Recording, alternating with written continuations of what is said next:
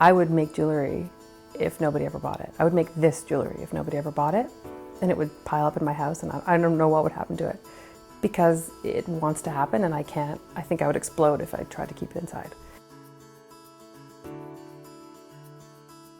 The fact that all these thousands of people over the last years have bought my jewelry is amazing, and I'm so grateful for it because it's let me evolve in all these different ways. And when I see people out in the world, and it's gotten to the point where I can be like in another city in the US and see someone wearing a piece of my jewelry, and I'm like, the first time that happened, I think I was in San Francisco in a Starbucks. I can't remember where I was, or in Hawaii or something, and I saw somebody wearing one of my pieces, and I was like, oh my God.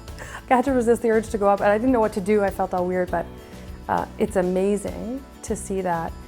I've gotten to meet and get to know a lot of the customers who've purchased my pieces over the years, and many of them stay in touch with me and tell me how the pieces affect them.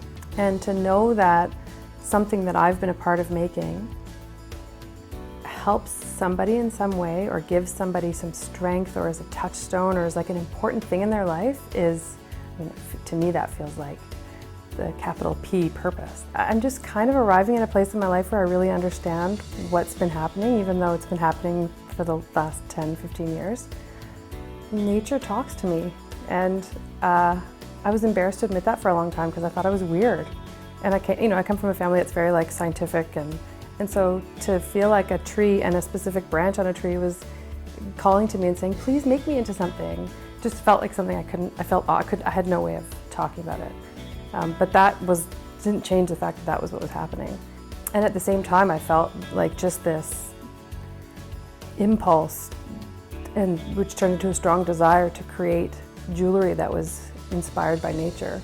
And so I would be walking through the woods, and a salal leaf from 100 feet away would be screaming at me, and I'd keep my eye right on it, and I would follow, tripping over branches and stuff, just following it to that one leaf.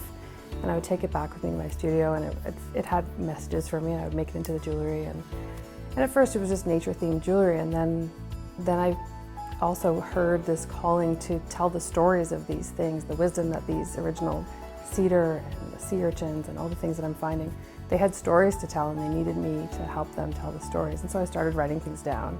When there became enough of them, I realized they were a family of something.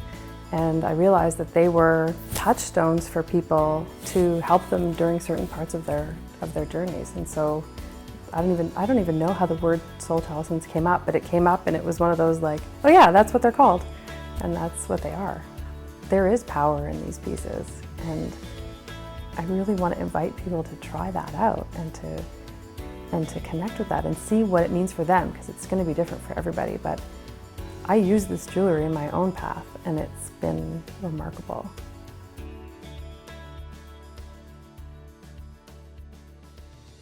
I love them too. I wish I had 9 necks, so I could just like, I go to photograph them and put them up for sale, and I'm like, oh, but not this one. No, I got to keep this one for me. I love that one. Oh no, I'll just keep this one. I can keep these 3, right? I can keep these 10. No, okay.